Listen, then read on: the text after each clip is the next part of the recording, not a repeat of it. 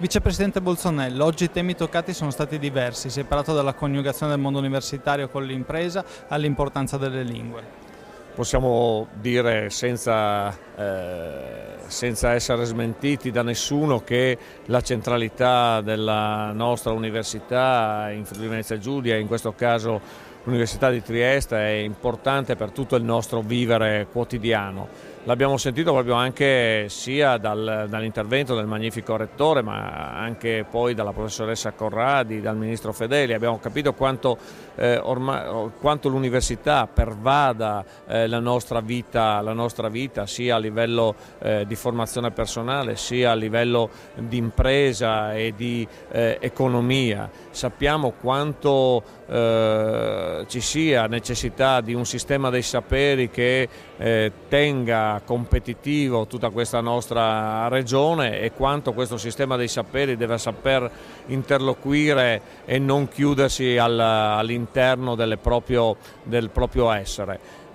Oggi abbiamo visto veramente in modo plastico come questo sia possibile e come davvero l'Università di Trieste sia stata in grado in questo anno di dare delle risposte molto significative. Per contro la Regione Friuli Venezia Giulia continua in questo investimento nelle università della nostra regione, in tutte e tre le università, e lo continua a fare in modo non solo legato a proclami, a parole, ma proprio con finanziamenti importanti che sono stati messi a disposizione. Sono decine di milioni di euro che vengono messi a disposizione del sistema dei saperi della nostra regione.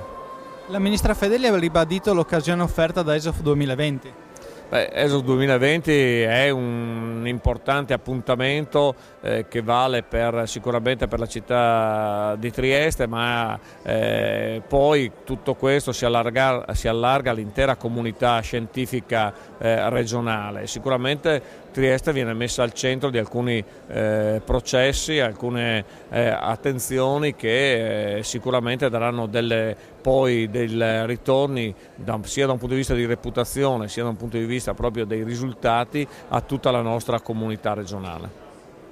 Assessore Pannariti, all'apertura dell'anno universitario di Trieste lei ha segnalato come il Friuli Venezia Giulia sia una regione dove non ci sono idonei senza borsa.